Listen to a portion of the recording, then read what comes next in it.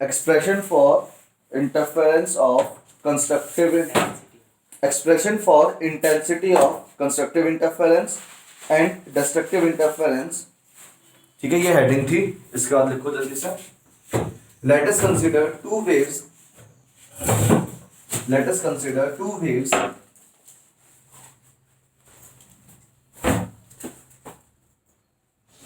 coming from slits S1 and S2.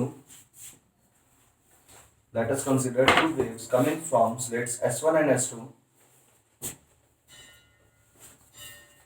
S1 and S2.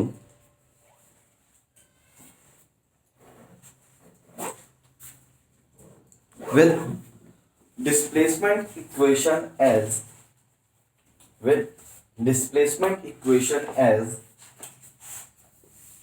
y1 is equals to a naught sin omega t.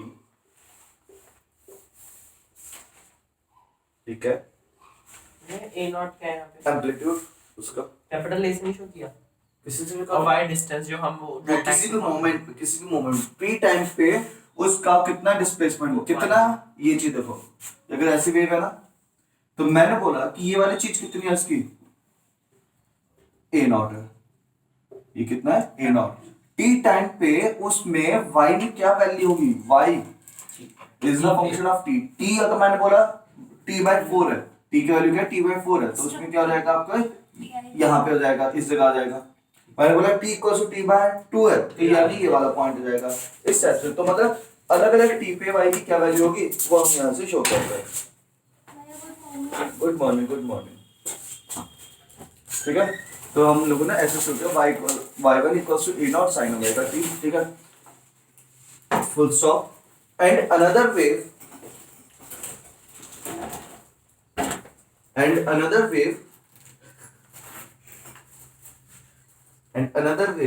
which is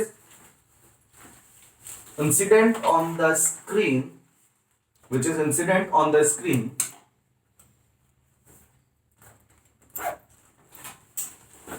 and has phase difference phi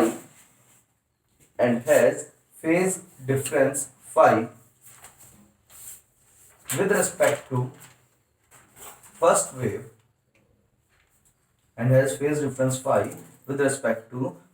wave is given by y2 equals to a naught sin omega T plus five. ठीक है, बस 2 line इतने से कराया, इतना तो छोड़ दे फिर शुरू कर. ये बस लिख देना y1 की वैल्यू है, y2 की वैल्यू ये है. यहाँ तक समझ में आता है. अब ये दोनों क्या हो रहे हैं, एक दूसरे से इंटरफेयर हो रहे हैं.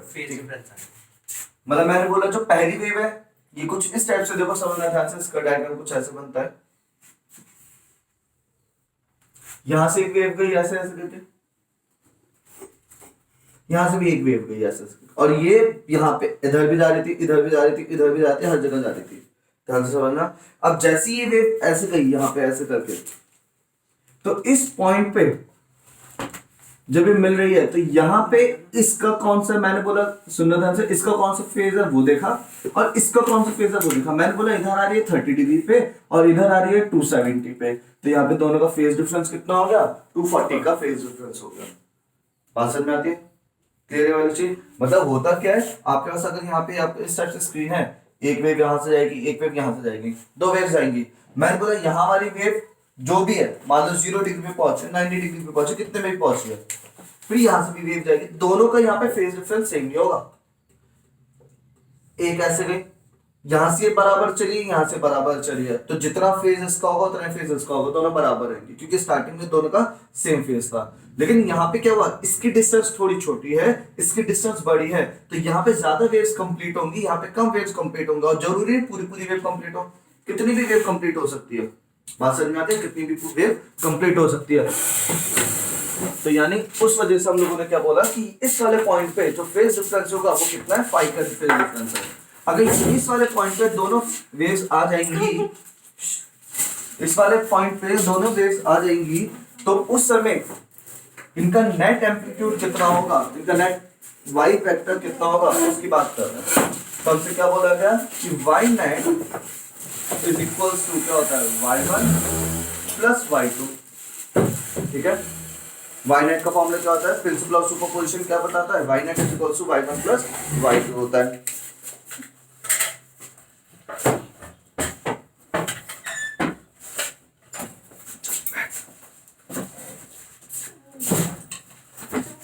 भैया बस एक ही पॉइंट पे उनका फेज डिफरेंस सेम होगा। हाँ नहीं ऐसा नहीं है, वही बता रहा हूँ। हाँ भाई ये भी क्वेश्चन सही है। इसने पूछा कि कहते हैं कि सिर्फ एक ही पॉइंट पे क्या फेज डिफरेंस सेम होगा, मतलब जैसा हम लोगों ने बोला कि यहाँ पे और यहाँ पे 5 वेव आई तो यहाँ पे भी 5 वेव आई है, तो यहाँ पे तो चलो सही है, ठीक है। इसको मैं रब कर रहा हूँ, इसको भी रब करो, इसको रब करो। हाँ जी, अब समझो ध्यान से, ऐसे गया मैंने बोला यहाँ से यहाँ तक, सुनना ध्यान से, यहाँ से लेके यहाँ तक S1 से P पॉइंट, S2 से VP पॉइंट, S1 से P तक कितनी वेव्स कंप्लीट हो गई, 3 वेव्स पूरी कंप्लीट हो गई है। बात समझ में आती है। S2 से P जब जाऊंगा तो मैंने बोला यहाँ पे 4.5 वेव कंप्लीट हुई है, तो कितने का फेज डिफरेंस आ रहा है, यहाँ पे आधे का फेज डिफरेंस आ रहा है। मतलब ऐसा समझना ध्यान से, 1.5, मतलब अब हम लोग जो सिर्फ एक वेव में देखते हैं, 0 से लेकर 360 के बीच में फेज देखेंगे, क्योंकि यहां से बात फिर से 0 से शुरू होगा, 0, 90, 180, 270, 360, और फिर से हम लोगों ने 0, 90, 180, 360, 270, 360, मतलब हम लोग 0 से लेकर 360 तक ही काउंट करते हैं, उससे आगे नहीं जाते उसना, ठीक है, इतने में ही रहता है। तो इसलिए मैंने बोला कि यहाँ पे अगर मान लो 3 वेव कंप्लीट हो रही है और S2 से कितनी वेव आ रही है, यहाँ पे 4.5 वेव आ रही है, तो यानी यहाँ पे 180 डिग्री का फेज डिफरेंस हो जाएगा, आधी वेव का डिफरेंस हो जाएगा, कितना हो जाएगा, यहाँ पे 3 पूरी कंप्लीट हो गई, यहाँ तक 4 हो रही थी और उसके बाद आधी और आ गई है, तो इसका मतलब कितने आधी वेव एक्स्ट्रा है। ये चीज समझ में आ रहा है, नहीं आ रहा? आधी वेव एक्स्ट्रा है, 1.5 वेव एक्स्ट्रा है। अब उस 1 के कंप्लीट होने के बाद कितनी वेव हाँ, बची? मतलब मैंने बोला ना, ये तो कंप्लीट हो गया ना, हाँ, अब यहाँ से नया पॉइंट शुरू करना हम लोगों को, हमें ये नहीं देखना, बात समझ में आती है, हम लोगों को सिर्फ क्या देखना है, इसके बाद इस वाली वेव को कौन सा पॉइंट है। और मैंने बोला अगर यहाँ पे आ गया तो मैं इसको भी नहीं देखूंगा, मैं फिर इतने को ही देखूंगा, मैं हमेशा इस पॉइंट से देखता हूँ कि इसके बाद कितना एक्स्ट्रा पॉइंट मिल तो रहा है। भैया फिर भी 3 तो कंप्लीट हो गई, 3 इसकी कंप्लीट हो गई, S1 की, इसकी भी 3 इसकी complete 4 हुई। कंप्लीट, हाँ 3 हो गई, चलो 3 यहाँ तक कंप्लीट हुई, फिर 4 चौथी और यहाँ आ गई, हाँ, फिर चौथी के बाद यहाँ पे कितनी आई, आधी वेव आई। पर भैया उस वाली वेव से ज्यादा तो 1.5 वेव भी आई ना, क्या 1.5 वेव उससे तो 1.5 ज्यादा ही, मतलब वो मैं सही बोल रहा हूँ तुम लोग, लेकिन 1.5 के बाद मैं ये बोल रहा हूँ, देखो अगर 1 कंप्लीट हो जाती, मैंने बोला यहाँ पे कि यहाँ पे भी 3 वेव आती, चलो अभी 4 का समझो, अभी 4.5 का ना समझो, इसकी 3 वेव आ रही है S1 की, S2 की कितनी वेव आ रही है, 4 वेव पूरी हो रही है, तो मैंने बोला इस वाले पॉइंट पर मान लो ऐसे ऐसे आया S1 से, S2 से कैसे आएगी, मैंने बोला उसकी 3 वेव यहाँ कंप्लीट हुई, 4 वेव यहाँ कंप्लीट हुई। ये जो बताओ सर में आता है कि नहीं आता, ये क्लियर है, 4। तो इस वाले पॉइंट पे अब अगर मुझे अगर फेज डिफरेंस देखना है तो मैं ये नहीं बोलूंगा एक वेव का तो आया, चलो वो बात सही है, लेकिन पूरी एक वेव हो गई ना, तो यानी अब दोनों का यहाँ पे क्या स्टार्टिंग पॉइंट आ रहा है, तो इस वजह से मैं बोल रहा हूँ हाँ, बस उसके बाद शुरुआत से देखेंगे हम लोग को, जिसने एक पूरी कर दिया छोड़ो उसको, फिर आगे वाली देखो आगे में कितना एक्स्ट्रा मिल रहा है, ठीक है। ये चीज समझ में आती है, न्याय। तो 4.5 वाले में 180 का था। हाँ, अब मैंने क्या बोला, इसकी 3 वेव आ रही थी यहाँ तक और इसकी कितनी आ रही थी, 1, 2, तो हम भैया 3। पाथ डिफरेंस से उसे चेंज ले लेंगे। हाँ, पाथ डिफरेंस और फेज डिफरेंस दोनों साथ साथ चलेगा, इसीलिए कल तो मैंने बताया था 1 वेव, 2 वेव, 3 वेव, 4 वेव, आधी वेव। तो अब मैंने बोला कितनी वेव एक्स्ट्रा मिली यहाँ पे, आधी वेव एक्स्ट्रा मिली है, क्योंकि 4 तक तो उसने कंप्लीट कर ही दिया, 4 राउंड तो उसने कंप्लीट कर दिया, 4 के बाद मतलब अगर ऐसे समझो आप एक गोले वाले पार्क में घूम रहे हो, स्टैचू गोले वाले पार्क में घूम रहे हो, बात समझ आ रहे हो, आप यहाँ पे यहाँ तक आपके 4 राउंड कंप्लीट हो गए, ठीक है। जब आप यहाँ पे 4 राउंड के बाद जब आप यहाँ पे है, अब मैंने पूछा आपका कितना बचा हुआ है, तो आप सिंपल यही तो बताओ कि भाई इतना और बचा हुआ है, आप ये थोड़ा बताओ कि मैंने इतना कंप्लीट कर लिया, इतना कितना बच गया, राउंड कंप्लीट होने के बाद जो बचा हुआ पोर्शन हम सिर्फ उसको डिस्कस कर रहे हैं, इसलिए जहां तक वेव कंप्लीट हो गई उसके बाद का पोर्शन देख रहे हैं, एक्सप्रेशन आ गया तो सब कुछ देखेंगे उसमें कोई प्रॉब्लम, लेकिन आपको ऐसे आसानी रहेगी कि आप कंप्लीट होने के बाद देखो कि कितना पॉइंट बचा है, बात समझ में आती है, लवी शर्मा ये वाली चीज। तो इस तरह से हम लोगों ने बोला कि जब हम P पॉइंट पे आएंगे तो P पॉइंट पे S1 की कितनी वेव हो गई है, S1 से 3 वेव कंप्लीट हुए, S2 से कितनी वेव आ गई, 4.5 वेव्स आई है वहां पे। तो इस वाले पॉइंट पर होगा क्या, आपका कंस्ट्रक्टिव इंटरफेरेंस होगा कि डिस्ट्रक्टिव इंटरफेरेंस होगा, भैया अब तो उल्टा हो जाएगा ना वो, पर दोनों सेम सेम है, नहीं दोनों उल्टे हैं। देखो यहाँ पे 180 का डिफरेंस आ रहा है। आधी वेव का मतलब क्या हो जाता है, ये चीज आपको याद रख लेनी है। देखो आधी वेव का मतलब क्या होता है, हाफ वेव की बात करें तो हाफ वेव का मतलब कितना हो जाता है, 180 का डिफरेंस हो जाता है। 1/4 वेव है तो उसमें कितने का डिफरेंस हो जाता है, 90 का। बात समझ में आती है, क्योंकि अगर आपका ऐसा है, यहां से लेके यहां तक पूरी वेव कंप्लीट होती है 360, यहां से लेके यहां तक आधी वेव कंप्लीट होती है तो 180, यहां से लेके यहां तक 1/4 वेव कंप्लीट होती है तो 90 डिग्री, यहां से लेके 3/4 वेव कंप्लीट होती है तो 270 डिग्री। ये चीज समझ में आते हैं, थोड़ा थोड़ा ऐसे ही समझना है आप लोगों को। क्लियर है वाली चीज, समझ में आता है। तो हम लोगों ने क्या बोला कि जब पी पॉइंट पे देखा तो एक के तो 3 वेव आ रही थी, दूसरे वाले के कितने आते, 4.5 वेव्स आ रही थी। अब 4.5 वेव्स आ रही हैं तो इसका मतलब क्या है यहाँ पे, कि यहाँ पे आधी वेव एक्स्ट्रा। आधी वेव का मतलब क्या जाता है, वहां पे क्या होगा, 180 डिग्री का फेज डिफरेंस आएगा। 180 डिग्री का फेज डिफरेंस हमें क्या करा देता है, डिस्ट्रक्टिव इंटरफेरेंस करा देता है। ये याद है कि नहीं याद है, पुराने नहीं देखा अभी, नीचे होता है। नहीं देख लिया मैंने, तब देख लिया, ये काम करके आई थी। शाबाश, गुड कर, ठीक है। हाँ, हम लोगों ने क्या बोला, हाफ वेव का मतलब ही क्या हो जाता है, हाफ वेव का मतलब ही क्या हो जाता है आपका, डिस्ट्रक्टिव इंटरफेरेंस। हाफ वेव वो कहीं पे भी होते, देखो मान लो ऐसे है और दूसरी जो हाफ वेव है, तो मैंने बोला जो दूसरी वेव आ रही है वो ऐसे आ रही है, उसकी आधी वेव भी तो कंप्लीट हुई है, और यानी इस वाले पॉइंट की ये नीचे जा रहा है और ये क्या जा रहा है, ऊपर जा रहा है। यानी यहाँ पे कितने का डिफरेंस हो जाता है, 180 का आ जाता है। क्लियर है, जब एक ही पॉइंट से ऊपर जा रहा है उस पॉइंट से नीचे जाता है तो उस पर 180, और 180 का मतलब भी क्या हो जाता है, डिस्ट्रक्टिव इंटरफेरेंस। हम लोगों ने पीछे लिखवाया है कि 180 डिग्री होगा, यानी पाई अगर होगा तो क्या होगा, डिस्ट्रक्टिव होगा। 2 पाई अगर होगा कंस्ट्रक्टिव होगा, 3 पाई अगर होगा डिस्ट्रक्टिव होगा, 4 पाई अगर होगा तो कंस्ट्रक्टिव होगा, इस टाइप से। तो यहाँ पे आधी वेव का डिफरेंस आ रहा है तो होगा क्या, कि यहाँ पे आपका कितना, यहाँ पे क्या मिलेगा आपको, डिस्ट्रक्टिव इंटरफेरेंस मिलेगा। डिस्ट्रक्टिव इंटरफेरेंस का मतलब क्या, यहाँ पे क्या मिलेगा आपको, डार्क मिलेगी, डार्क फ्रिंज मिलेगी। यहाँ तक समझ में आता है। अच्छा, यहाँ पे इसी पॉइंट की मैं बात बताऊं, इसी पॉइंट पे दोनों वेव्स की पोजीशन बार बार चेंज होती रहेंगी। मतलब ये वेव ऐसे ऐसे आगे चलती जा रही है, कभी इस पॉइंट पे 0 वाला होगा, आर्यन समझना ध्यान से, इंपॉर्टेंट है, ठीक है। रवि तुम भी इस पी पॉइंट पे वेव्स जब चल रही हैं तो वेव्स देखो ऐसा तो है नहीं कि ये सिर्फ ऐसे चल रही, ये वाली पोर्शन आगे भी तो होता जा रहा है। वेव चलने का मतलब समझते हो कि सर जो लहर चल रही है वो लहर आगे आगे आगे आगे जाती जा रही है। तो पी पॉइंट पे कभी इसका बॉटम पॉइंट आएगा, कभी इसका टॉप पॉइंट आएगा, कभी ये वाला पॉइंट आएगा, कभी बिलो पॉइंट आएगा। ये चीज समझ में आ रही है कि नहीं आ रही है, इतना समझ में आया। मतलब इस वाले पॉइंट पे वेव कंटिन्यूअसली चल रही है, तो मतलब ऐसे समझना ध्यान से, ऐसे चल रही है, ऐसे चल रही है, ऐसे। तो इसी पॉइंट का मान लीजिए पी पॉइंट था, ये क्या था आपका, पी पॉइंट था, ये लाइन क्या, पी पॉइंट। तो ऐसे चल रही है वेव, ऐसे चल रही है, ऐसे चल रही है, ऐसे चल रही है, इस टाइप से चल रही है। तो मैं बोलूं कभी यहाँ पे टॉप पॉइंट आ रहा है, कभी यहाँ पे बीच का पॉइंट आ रहा है, कभी बॉटम पॉइंट पे आ रहा है, इस वाले पॉइंट पे, इस टाइप से आपकी वेव चल रही है। तो यहाँ पे आपकी वेव्स बार बार फेज चेंज कर रही है, लेकिन नीचे वाले भी उसी हिसाब से फेज चेंज कर रही है। तो हर समय उनका, अगर इसका मान लो ये वाला पॉइंट आ रहा है तो नीचे वाले का ये वाला पॉइंट आएगा वो दोनों में हमेशा 180 डिग्री का फेज डिफरेंस। ये चीज इंपॉर्टेंट समझ में आती है कि मतलब आपकी वेव चल रही है, ठीक है। जैसे कल को भी हम लोगों ने उस वीडियो में देखा था, वो वेव्स रुकी हुई नहीं थी, वो वेव्स आगे आगे आगे आगे चल रही थी। कभी किसी पॉइंट पे टॉप पॉइंट आ रहा था, कभी बॉटम पॉइंट आ रहा था। लेकिन अगर एक समय टॉप आ रहा है, दूसरे वाले का बॉटम आ रहा है ना, तो फिर हमेशा वहां पे डिस्ट्रक्टिव ही होगा, मतलब वहां पे फिर हमेशा 180 का फेज आएगा। जितनी वेव ये चलेगी उतनी वेव ये चलेगी। तो इनके बीच का जो फेज डिफरेंस है, एंगल इसका अलग है, इसका अलग है, लेकिन इन दोनों के बीच का जो एंगल का डिफरेंस है वो हर समय क्या रहेगा, इस वाले पॉइंट पे 180 डिग्री ही रहेगा। इतना समझ में आया पक्का। इसके आगे हम लोगों ने बोला थोड़ा और ऊपर चलते हैं, ठीक है। अब तुम्हारी बात आती है कि वो इससे वहीं पे मिलेगा, कहीं वहां भी मिलेगा। अब जब इससे ऊपर गए तो मैंने बोला इसकी भी वेव गई, अब इसकी लेंथ बढ़ गई, S1Q की लेंथ भी बढ़ गई और S2Q की लेंथ भी बढ़ गई। हाँ जी बताओ, यहां तक समझ में आता कि नहीं आता। हम लोगों ने क्या बोला, यहां से S1Q है, अब S2Q है। अभी S1P और S2Q में कौन बड़ा, S2Q बड़ा है ना। सिमिलरली S2Q भी बड़ा। तो हम लोगों ने बोला जब हम और ऊपर जाएंगे तो इस वाली यहाँ की लेंथ बढ़ गई है, यानी यहाँ पे भी नंबर ऑफ वेव्स भी बढ़ जाएंगे।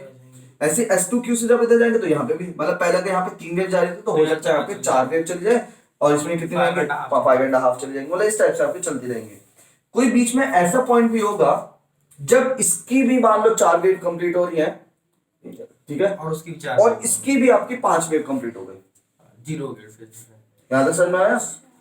नया है ना, फिर से समझो, एक बार कोई बात नहीं, एक बार फिर से समझ लेते हैं। मैंने क्या बोला, जैसे जैसे मैं ऊपर जाता रहूंगा इनकी जो लेंथ है वो बढ़ती जा रही है। पहले मैंने बोला ऐसे समझना, इतनी लेंथ में जो मार्कर की लेंथ है, मार्कर की लेंथ में कितनी आ रही है आपकी, 3 वेव्स आ रही है। तो अगर मैं इसको इसको थोड़ा सा ऊपर करूंगा तो मार्कर की लेंथ बढ़ जाएगी, और मार्कर की लेंथ बढ़ गई तो 3 वेव से ज्यादा वेव्स आएंगी। इसी तरह से नीचे से भी ज्यादा वेव्स आ रही है। तो कुछ इतना से डिफरेंस लिखा है हम लोगों ने, इतना ऊपर चले हैं कि भाई इसमें भी 4 वेव कंप्लीट हो गई, इसमें भी 5 वेव कंप्लीट हो गई, मतलब पूरी पूरी वेव कंप्लीट हो गई है। तो अब उसमें फेज डिफरेंस कितना हो गया, 0, यानी अब वहां पे क्या हो जाएगा, कंस्ट्रक्टिव इंटरफेरेंस हो जाएगा।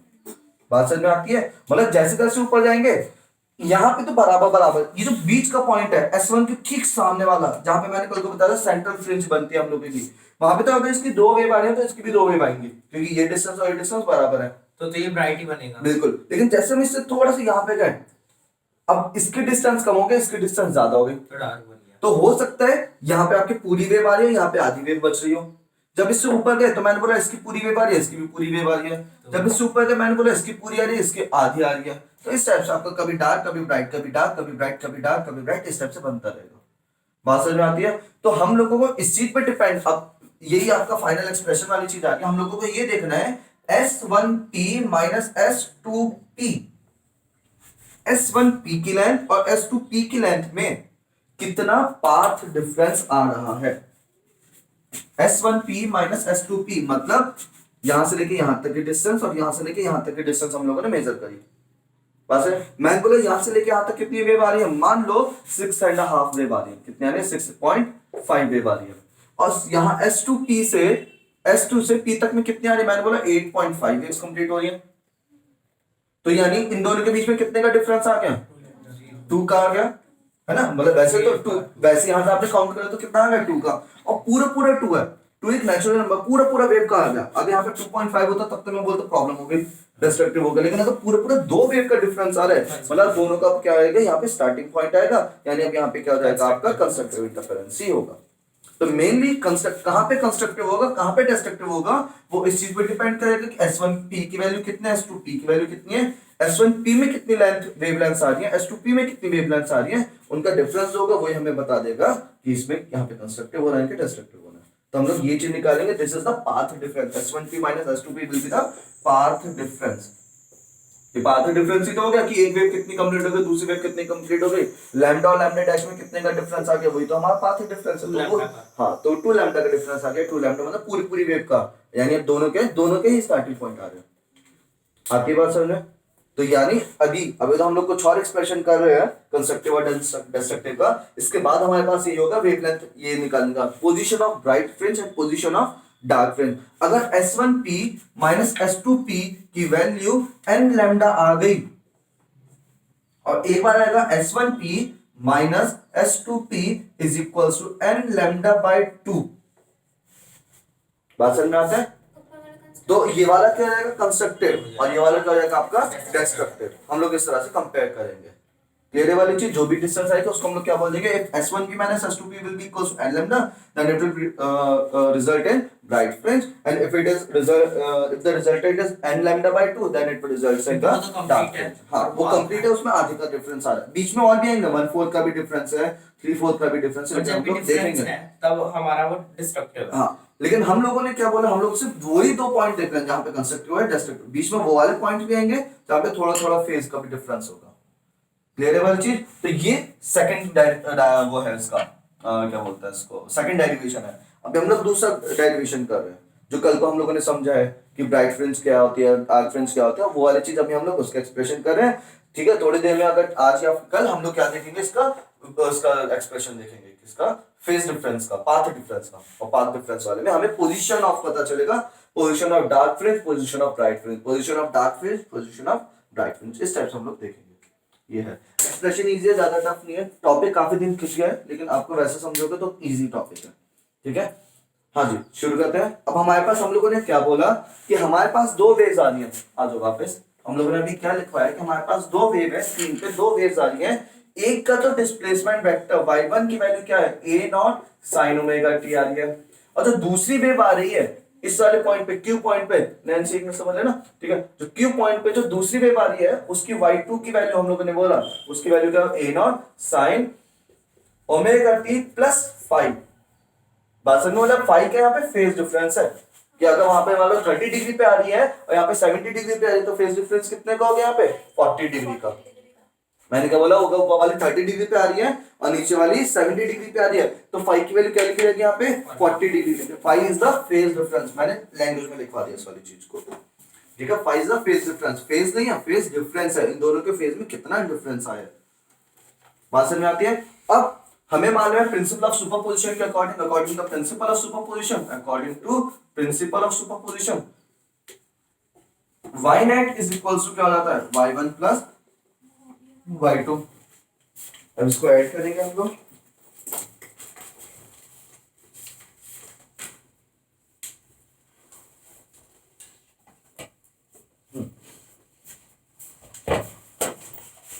पर भाई इस समय तो वो है ना हमारे पास 180 डिग्री का फेज डिफरेंस, तो y1 नहीं वो हम लोगों ने अभी देखना ही है, ठीक है। क्योंकि हमारे पास फाइव यहाँ पे लगा हुआ है, वो फाइव अपने आप बताएगा उसमें कि फाइव कितना है।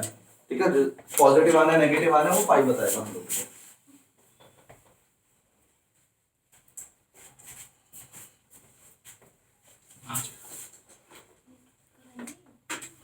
इसमें दो पॉइंट याद करने के, वो मैं बता दूंगा क्या पॉइंट आपको याद करना है, बाकी तो इजी है। y1 प्लस y2, y1 की वैल्यू क्या है a not sine omega T, क्या वो पेन चाहिए, plus a not sine omega T plus five, बोल पेन चाहिए क्यों करो ना। हाँ,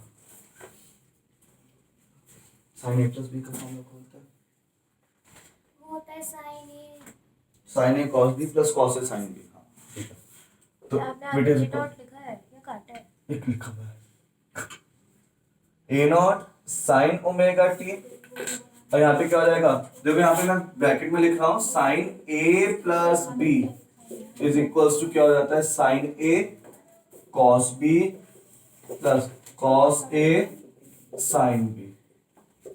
ठीक है, तो ये एक्सप्रेशन है, तो हम लोग ये यहाँ पे ये लगाएंगे, देखो यहाँ पे समझना, sign omega T plus five है तो क्या लिखा जाएगा, a नॉट तो बाहर था तो a नॉट तो लिखा जाएगा sine omega T cos five plus cos omega T sine five.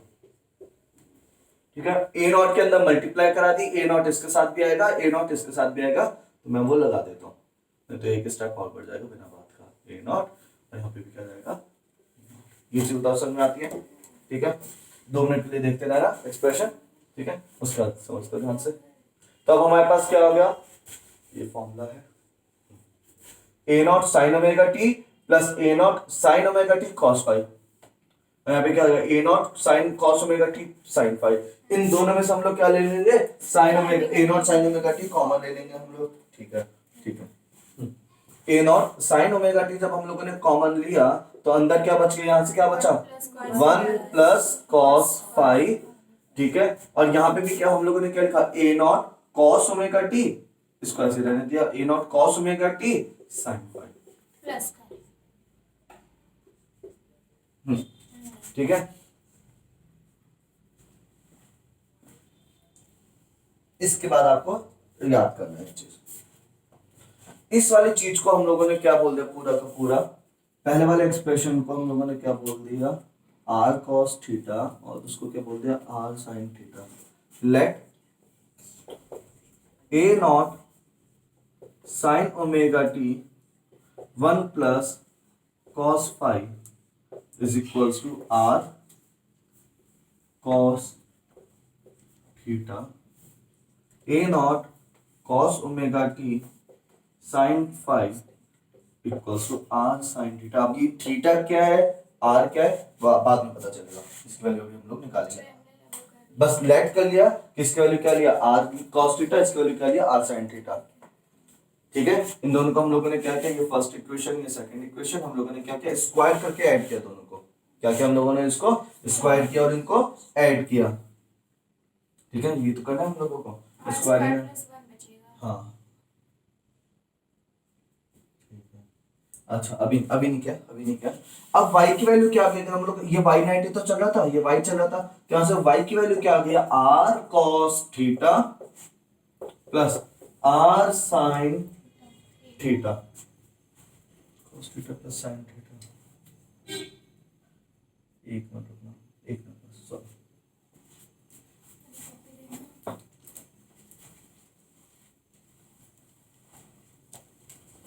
मैं थोड़ी सी गलती हुई है, कोई वहीं पे थोड़ा सा काट देना। देखो एक चीज ऐसे समझ लो, हाँ जी सुनना, जो यहाँ पे फाइव वाली चीज है ना, फाइव वाले एक्सप्रेशन को ही हम लोग सिर्फ आर मानेंगे। मतलब यहाँ पे A not sine omega T को ऐसे रहने देंगे, जो let A not 1 plus cos five, अब सही रहेगा। और यहां से क्या लेंगे, ए नॉट साइन फाइव। ये चीज बताओ समझ में आती है कि नहीं आती है? मतलब ओमेगा टी को हम लोगों ने कुछ नहीं बोला, हम लोगों ने सिर्फ किसको लिया है, 1 प्लस कॉस फाइव और साइन फाइव। जहां पे फाइव फाइव आ रहा था उस वाले एक्सप्रेशन को लेट किया, और यहाँ पे कॉस आ रहा है तो इसलिए हम लोगों ने इसको क्या ले लिया, आर कॉस थीटा ले लिया। और यहाँ पे साइन फाइव आ रहा है तो साइन आ रहा है तो यहाँ पे हम लोगों ने क्या ले लिया, आर साइन थीटा ले लिया। अब हम लोगों ने क्या बोला, वाई का जो एक्सप्रेशन है, इसे हम लोगों ने क्या बोल दिया, फर्स्ट, इसे सेकंड, इसे थर्ड। तो y की वैल्यू क्या हो जाएगी बताओ, ए नॉट 1 प्लस कॉस फाइव की जगह क्या गया, आर कॉस थीटा, तो हो जाएगा आपका R cos theta sine omega T plus इसमें ए नॉट साइन फाइव की जगह क्या आ गया, आर साइन थीटा, तो R sine theta cos omega T. हाँ बिल्कुल, कॉस ओमेगा टी। फिर से वही वाला ऊपर वाला एक्सप्रेशन बन रहा है, देखो cos theta sin omega T, sin theta cos omega T. तो यहां से हम लोगों ने बोला इज इक्वल टू r, और अंदर क्या हो गया, sin omega T plus theta, omega T plus theta. हाँ भाई ये आ गई बहुत इंपॉर्टेंट इक्वेशन। ऐसा क्यों है वो समझ को ध्यान से समझो। देखो ये फिर से क्या आ गया, ये वैसी इक्वेशन आ गई जैसे हम लोगों ने स्टार्टिंग में लिखी थी, A not sine omega T plus five था, ऐसे ही क्या हो गया, y cos r sin omega T plus theta आ गया। यहाँ तक समझ में आता है? यहाँ पे अगर हम लोग बोले कि हमारे पास, सुनना ध्यान से, एक मिनट के लिए, बस एक मिनट के लिए ध्यान से सुनो। अगर हमारे पास जो यहाँ पे जो वेव आ रही है, जो ये y1 आई और ये क्या आई, y2 आई, तो ये जो दोनों वेव यहाँ पे आएंगी उसकी जो इक्वेशन बनेगी, कि अब यहाँ पे जो इक्वेशन बनेगी वो क्या बनेगी, उसकी इक्वेशन क्या हो गया, r sin omega T plus theta. इस पॉइंट पे, इस वाले पॉइंट पे जो इंटेंसिटी है, वाई नेट निकाला था ना हम लोगों ने, और वाई नेट क्या थी, वो तो नेट था। इस वाले पॉइंट पे y1 का डिस्प्लेसमेंट और y2 का डिस्प्लेसमेंट मिला के यहाँ पे नेट डिस्प्लेसमेंट क्या बनेगा उसकी बात करी थी, तो ये आ गया था आपका। तो हम लोगों ने जब इसको लिखा तो ये क्या होगा, r equals sin omega T plus five theta. तो अब मैंने बोला ये भी क्या एक वेव की इक्वेशन है, ये भी क्या है, वेव की इक्वेशन है। इस टाइप से साइनोसॉइडल ही तो हो गई, साइनोसॉइडल फॉर्म हो गई, और साइनोसॉइडल की हमेशा कैसे आती है, इस टाइप से आती है। तो अब यहाँ पे मतलब यहाँ पे भी क्या बनेगी, इन दोनों वेव को मिला के एक नई वेव बनेगी। बात समझ में, इन दोनों को मिला के एक नई वेव बनेगी, अब जिसकी रिजल्टेंट या जिसकी इंटेंसिटी एम्पलीट्यूड क्या हो जाएगा, आर हो जाएगा, और जिसका फेज डिफरेंस किसी भी पॉइंट पे फेज कितना होगा, थीटा होगा। जैसे हम लोगों ने ये बोला था, ये वाली चीज ए नॉट तो क्या उसका ऊपर वाला एम्पलीट्यूड, यहाँ पे आपको y1 अगर ऐसे है तो ये वाली चीज क्या हो गई, ए नॉट हो गई, और वो कितना एंगल पे आ रही है, दैट इज फाइव। ठीक है, वही चीज यहाँ पे बोला मैंने कि आर क्या हो गया, इसका रिजल्टेंट हो गया, इंटेंसिटी कितनी है, मैक्सिमम इंटेंसिटी कितनी है, वो तो आर हो गया, और उसका एंगल कितना उस टाइम पे, वो हो गया आपका थीटा हो गया। अभी थीटा की वैल्यू क्या और आर की वैल्यू क्या, वो हम लोग अब निकालेंगे। बात समझ में आती है? हम लोग को अब क्या निकालनी है, यहाँ से आर की वैल्यू और थीटा की वैल्यू निकालनी है। तो आर की और थीटा की वैल्यू कैसे निकलेगी, उसके लिए हम लोगों ने बोला squaring and adding first and second and squaring and adding second and third. तो जब हम लोगों ने आर स्क्वायरिंग करनी है, R square cos square theta plus R square sine square theta, it is equal to, इधर का भी हम लोग क्या करेंगे, स्क्वायर करके ऐड करेंगे। तो स्क्वायर करके जब ऐड करेंगे तो ये क्या बन जाएगा, ए नॉट स्क्वायर, और यहाँ पे क्या आ गया आपका A not square 1 plus cos five का square plus A not square sine five का स्क्वायर। यहाँ पे क्या बन गया, आर स्क्वायर कॉमन हो गया, अंदर क्या बचा, cos square plus sine square से मिलकर क्या हो गया 1। तो यहाँ पे डायरेक्टली मैंने क्या लिख दिया, आर स्क्वायर। इस जगह जब मैंने इन दोनों से क्या ले लिया common, A not square common लिया हम लोगों ने, अंदर क्या बन गया 1 plus cos square five plus 2 cos five plus sine square five. तो ये भी 1 हो जाएगा। ये दोनों मिलके 1 हो गया और 1 और 1 मिलके क्या हो गया 2 हो गया। तो R square equals to A not square plus 2 cos five. बात समझ में आती है? 2 भी कॉमन लेना चाहिए ना। ये चीज समझ में आया, लवी समझ में आया इतना, ठीक है। अब यहाँ पे इंपॉर्टेंट चीज, ये बहुत इंपॉर्टेंट है, अब समझना था answer. R square is equals to R की वैल्यू अगर हम लोग बात करें तो आर का पूरी वैल्यू क्या होगी यहाँ पे ए नॉट स्क्वायर, चलो भी आर स्क्वायर की वैल्यू क्या होगी A not square two A not square 1 plus 1 cos five. हाँ जी, ये अच्छा आर क्या चीज थी? जो उसकी इंटेंसिटी इंटेंसिटी थी, ठीक है। जो नेट वहां पे इंटेंसिटी, जो पी पॉइंट पे जो इंटेंसिटी बन रही है उसकी वैल्यू वो क्या है आर है, और आर की वैल्यू क्या है 2 A not square 1 plus cos five. और रिजल्टेंट दो चीजों पे डिपेंड कर रहा है, एक तो फाइव पे और एक एम्पलीट्यूड पे। बात समझ में आ गई? मैंने बोला कि अब देखो फाइव क्या है, फाइव क्या था वहां पे फेज डिफरेंस था। अगर फेज डिफरेंस 0 डिग्री का हुआ, सुनना ध्यान से, अगर फेज डिफरेंस कितने का हुआ 0 डिग्री का, तो cos फाइव की जगह क्या आ जाएगा cos 0, और cos 0 की वैल्यू क्या हो जाती है 1, 1 प्लस 1 कितना हो गया 2, और 2 और 2 मिलके कितना हो गया 4, ए नॉट स्क्वायर हो गया। तो आर नॉट, आर स्क्वायर की वैल्यू क्या हो गई है 4 ए नॉट स्क्वायर, और आर की वैल्यू क्या हो गई है R equals to 2 times of A not. मतलब जो उस टाइम पे जो इंटेंसिटी होगी वो इंडिविजुअल, ए नॉट क्या थी इंडिविजुअल वेव की इंटेंसिटी। जो कंस्ट्रक्टिव इंटरफेरेंस जहां पे फाइव की वैल्यू 0 थी, वहां पे आर की वैल्यू क्या हो जाएगी इंडिविजुअल का जस्ट डबल इंटेंसिटी हो जाएगी। मैंने बोला भी था कि जब जहां पे भी कंस्ट्रक्टिव होगा वहां पे क्या हो जाती है डबल इंटेंसिटी हो जाती है, जहां डिस्ट्रक्टिव हो वहां पे क्या हो गया पूरा पूरा 0 हो गया। समझ में आया? मतलब आर की value 2 times of A not, यहां से आपका एक्सप्रेशन आ गया। इसका ये क्या दिखा रहा है, ये भी कब है अगर फाइव की वैल्यू क्या हो जाए 0 हो जाए तभी है ये। अगर फाइव की वैल्यू मैं 180 कर दूं तो 0 हो जाएगी सारी कहानी। देखो फिर तो कुछ करना cos 180, फाइव की जगह क्या रखता हूं मैं 180। अच्छा आप लोगों को मालूम है अगर फेज डिफरेंस 180 का आता है तो क्या हो जाता है वहां पे डार्क हो जाता है, तो यानी यहाँ पे आर की वैल्यू क्या हो जानी चाहिए 0। अब देखो cos 180 की वैल्यू क्या हो जाती है, cos 180 इज -1। cos 180 की वैल्यू क्या होती है -1, क्योंकि cos का ग्राफ मैं तुम लोगों को फिर से बताता हूँ। cos का ग्राफ कैसे चलता है 1 0 -1 0, ठीक है। और साइन का ग्राफ कैसे चलता है 0 1 0 -1। इस टाइप से आप लोग वैल्यू याद रख सकते हो। cos 0 is 1, cos 90 is 0, cos 180 is -1, cos 270 is 0।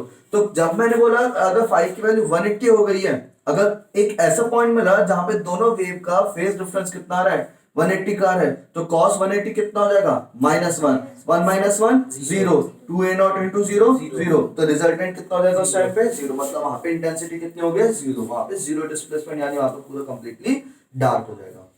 बात समझ में आती है? तो इंटेंसिटी का समझ में आएगा, बात समझ में आती है। तो हम लोगों ने वो चीज कल तक देख लिया है, समझ लिया है, लेकिन मैथमेटिकली वो प्रूव हम लोगों ने अब किया है कि भाई जहां पे कंस्ट्रक्टिव होगा वहां पे इंटेंसिटी जस्ट डबल हो जाएगी, जहां पे डिस्ट्रक्टिव होगा वहां पे क्या हो जाएगा एकदम 0 हो जाएगा। क्लियर है वाली चीज? तो ये चीज अब हम लोग फाइनली लिखेंगे यहाँ पे। हाँ एक ये चीज, और उसका थीटा भी निकालना होगा क्या? हाँ, वो तो निकालना वो वैसे डिवाइड कराते उन्होंने करा नहीं है कैसे, चलो अच्छी बात है नहीं किया।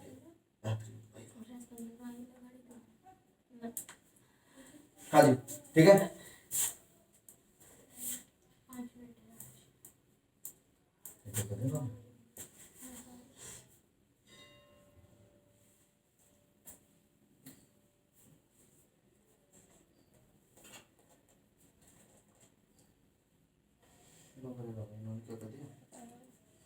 गलत हो गया।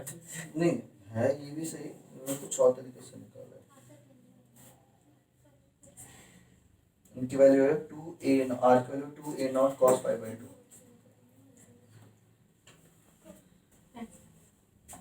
5/2 तो भैया 0 हो गया। 5/5 5/2 2a नॉट, इतना नोट कहाँ तक नोट करोगे? पूरा कर लिया। ठीक है कोई बात नहीं, अच्छी बात है, नहीं करा। शाबाश, थैंक यू। ठीक है ये हो गया।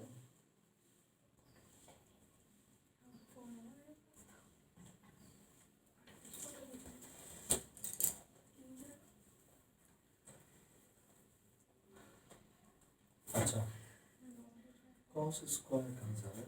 वैसे सही किया ना मैंने?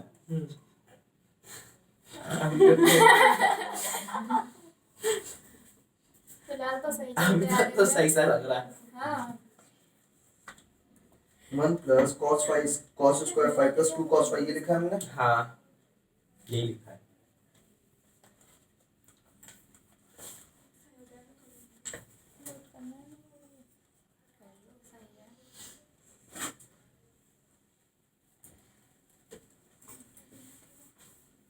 अच्छा ठीक है, हाँ, यहाँ पे ला दो। फाइनली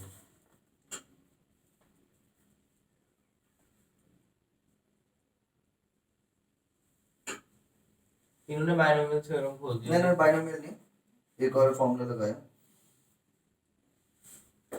2a0 स्क्वायर अगर कॉमन लिया तो 2a0 1 प्लस cos 5 आ रहा है। वही आ गया। 1 प्लस cos 5 और फिर उन्होंने cos 5 का एक फॉर्मूला लगाया है cos 5 is equals to 2 cos square 5 by 2 minus 1 2 theta का फॉर्मूला है ना, cos 2 थीटा वाला फॉर्मूला लगा दिया। ठीक है ठीक है, तो यहाँ पे हम लोगों ने अब क्या लगाएंगे? ठीक है, इतना तो कुछ सही था, खुश। सारा तो मैथ्स का वाला था। हाँ बिल्कुल, इसमें भी मैथ्स है और आपका जो वो है आपका क्या बोलते हैं आरएमएस वैल्यू वाला, उसमें पूरा पूरा मैथ्स है। उसमें काम है फिर भी। आर्यन तुमने मैथ छोड़ी क्यों? क्योंकि मुझे बायो मालूम था ना फिजिक्स में तो पढ़नी है। चलो भैया समझो ध्यान से, आ जाओ इधर। अब हमें एक चीज मालूम है, एक फॉर्मूला होता है, देखो अब बायो वाले समझना, cos 2 थीटा का, अगर cos 2 थीटा है तो उसका फॉर्मूला हो जाता है cos स्क्वायर थीटा माइनस 1। मतलब ये फॉर्मूला ऐसा होता है 1 plus cos 2 theta is equals to क्या हो जाता है cos स्क्वायर थीटा हो जाता है। इस टाइप से आप समझ सकते हो, लवी समझ रहे? ठीक है, यहाँ पे क्या होता है आपका ये फॉर्मूला फिर भी समझ लो, cos 2 थीटा का फॉर्मूला क्या होगा cos स्क्वायर थीटा माइनस 1। अगर मैं बोल दूं यहाँ थीटा की जगह, यहाँ पे अगर 2 थीटा होगा तो यहाँ पे क्या होगा उसका आधा हो जाता है। मैंने बोला यहाँ पे 2 थीटा की जगह मैंने सिर्फ थीटा लिखा, तो यहाँ पे क्या होगा cos स्क्वायर थीटा बाय 2। और यही चीज है, यहाँ पे cos 5 था तो cos 5 को हम लोगों ने क्या लिख दिया cos स्क्वायर 5 बाय 2 माइनस 1 लिख दिया। बात समझ में?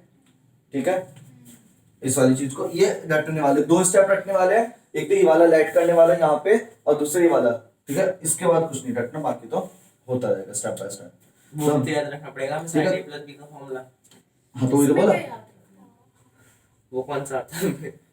तो cos 2 थीटा का फॉर्मूला हो जाता है cos 2 theta equals to cos square theta minus 1 हो जाता है।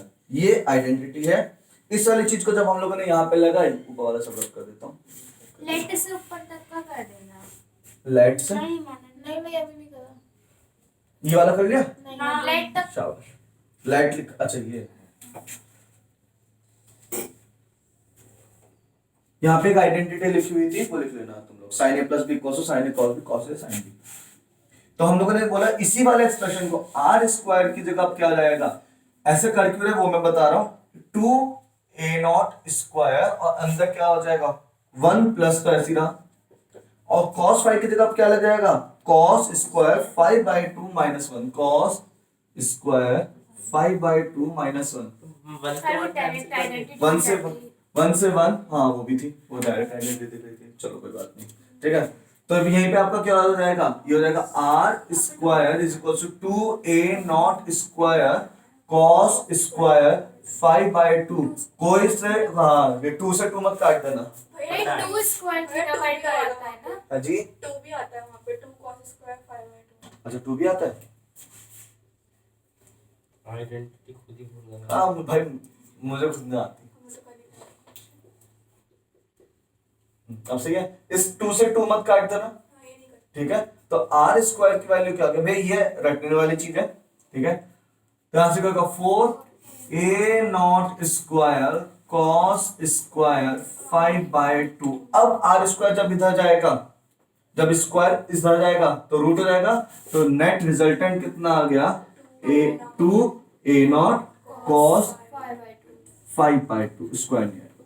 ये हो गया आपके रिजल्टेंट का फॉर्मूला, नोट कर लो इसको जल्दी से। रिजल्टेंट है रिजल्टेंट इंटेंसिटी आर की वैल्यू, आर जो हम लोगों ने लेट किया था, और ये आर यहाँ पे कहाँ गया आपका, इस इक्वेशन के हिसाब से आर क्या है, इंटेंसिटी है, इंटेंसिटी ये वाली हाँ। ठीक है ना राइट वो होगा एम्पलीट्यूड उसका। अच्छा ठीक है नोट कर ले इसको जल्दी से, नोट करना बच्चों भैया हाथ ठीक है।